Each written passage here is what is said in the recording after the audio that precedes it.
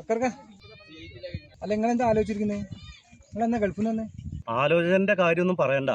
ഞാൻ വന്നിട്ട് 5-6 മാസമായി. നിങ്ങൾ ഓരോ പ്രാവശ്യവും ഗൾഫിൽ നിന്ന് വരുമ്പോഴും എനിക്കൊരു വിസ കൊണ്ടുവരുന്ന അറിയും.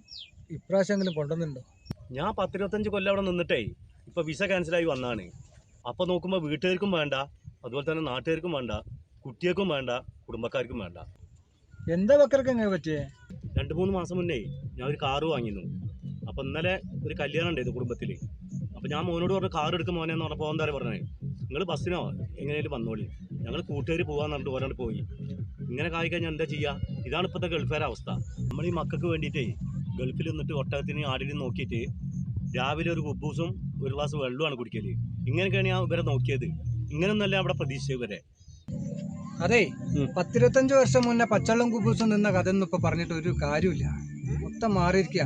ഇനിയൊക്കെ ഇങ്ങനെയൊക്കെ പ്രതീക്ഷിച്ചാൽ മതി കേട്ടോ.